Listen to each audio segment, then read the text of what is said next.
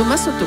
La Grèce va-t-elle faire faillite et qu'est-ce que ça veut dire? Axel de Tarlé, le dernier grand exemple d'un pays qui a fait faillite, c'est l'Argentine. C'était en 2002, il y a 13 ans. Racontez-nous, rappelez-nous comment ça s'est passé. Alors ça s'est mal passé, la situation était malheureusement assez comparable. Donc imaginez, nous sommes fin 2001, l'Argentine est au bord de la faillite, dit-on, les habitants paniquent et ils retirent massivement leur argent des banques, comme les Grecs le font en ce moment.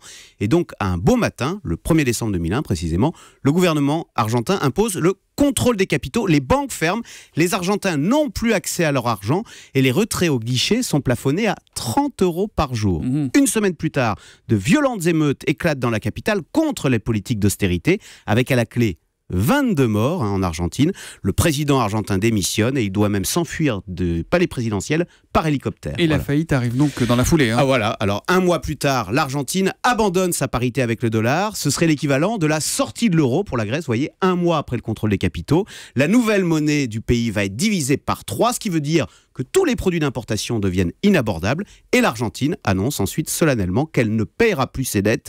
Alors un accord sera en fait trouvé 3 ans plus tard, en 2005. Finalement, l'Argentine remboursera un quart de ses dettes. Alors si on fait le parallèle avec la Grèce... On peut le faire ou pas ce parallèle? Ah ben tout à fait, écoutez, pour l'instant les situations se ressemblent. Ça voudrait dire que sur les 40 milliards... Alors, comparaison n'est pas raison non plus, je ne veux pas faire des prédictions. Mais ça voudrait dire, si on fait le parallèle, que sur les 40 milliards que la France a prêtés à Athènes, la Grèce ne rembourserait que 10 milliards, soit une perte sèche tout de même de près de 500 € par Français. Bon, voilà. Mais est-ce qu'après, dans la foulée, l'économie argentine s'est redressée ou pas? Voilà, alors ça c'est le seul message positif. Alors ça a été très dur la première année, en 2002, mais dès 2003, le pays est reparti très fort. Pourquoi? Eh bien parce que son agriculture est redevenue très compétitive grâce à la dévaluation de la monnaie.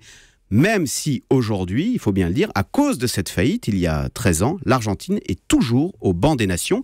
Alors de la même façon, si on fait un parallèle avec la Grèce, eh bien on assisterait sûrement à un boom touristique avec la dévaluation de la monnaie grecque. En revanche, sur le plan politique, ça voudrait dire pour Athènes la sortie de l'euro et probablement de l'Union européenne. Voilà donc pour ce comparatif en quelque sorte, voilà, des situations des deux pays. La bonne nouvelle, c'est qu'a priori les banques dont on craignait qu'elles soient fermées ce matin en Grèce devraient a priori être ouvertes, il n'y a pas de souci, et que les dernières propositions faites par le Premier ministre Alexis Tsipras sont une bonne base de progrès, dit la Commission européenne, avant la réunion de ce soir à Bruxelles. Le Zoom Echo tous les matins à 7h10 sur Europe 1 avec Axel de Tarlé. À demain Axel.